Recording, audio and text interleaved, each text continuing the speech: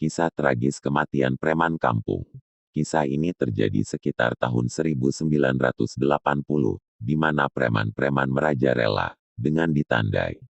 Seluruh badannya dipenuhi tato yang bermacam-macam gambar. Pada waktu itu di kampung yang ada di wilayah Depok ada kejadian yang sangat menggemparkan, di mana seorang preman dibunuh rame-rame oleh kakak dan adik keluarga yang menjadi korban pemerkosaan preman kampung tersebut. Awal cerita, di kampung itu ada sebuah keluarga yang harmonis, namun ada seorang preman yang jatuh cinta pada istri dari keluarga harmonis itu. Yang namanya preman, kemana-mana selalu bawa golok juga gak. Ketinggalan botol minuman keras selalu dibawanya. Suatu hari, preman itu datang ke rumah keluarga yang harmonis itu. Dia menyatakan jatuh cinta pada istri keluarga itu. Sebut saja istri keluarga harmonis itu namanya Mintarsi.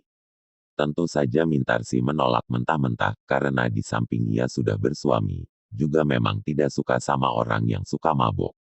Akhirnya si preman itu pulang dengan rasa kecewa. 2 hari kemudian si preman itu datang lagi dengan menghunus golok, sambil teriak-teriak memanggil-manggil Mintarsi. Namun saat itu yang keluar suaminya, maka si preman itu marah-marah sambil bentak-bentak suaminya nanyain Mintarsi. "Mana bini lu? Suruh dia keluar," bentak preman itu. Si suami menjawab dengan rasa penuh ketakutan, "Ada di dapur, lagi nyuci piring." Tanpa permisi lagi si preman langsung masuk ke dapur, dan memang Mintarsi ada di dapur lagi nyuci. Dipegangnya tangan Mintarsi serta lehernya ditempelin golok. Mintarsi dipaksa untuk melayani nafsu bejatnya preman itu. Karena takut, Mintarsi terpaksa melayani nafsu preman itu di dapur. Sesudah puas, preman itu keluar sambil sesumbar, "Awas loh, kalau kalian macam-macam, gue habisin semua keluarga loh." Karena 1 kali telah berhasil, maka 2 hari kemudian si preman itu datang lagi menemui Mintarsi yang kebetulan sedang duduk di ruangan tamu. Dengan ancaman golok di leher, terpaksa Mintarsi pun melayani kembali nafsu bejat preman pemabuk itu.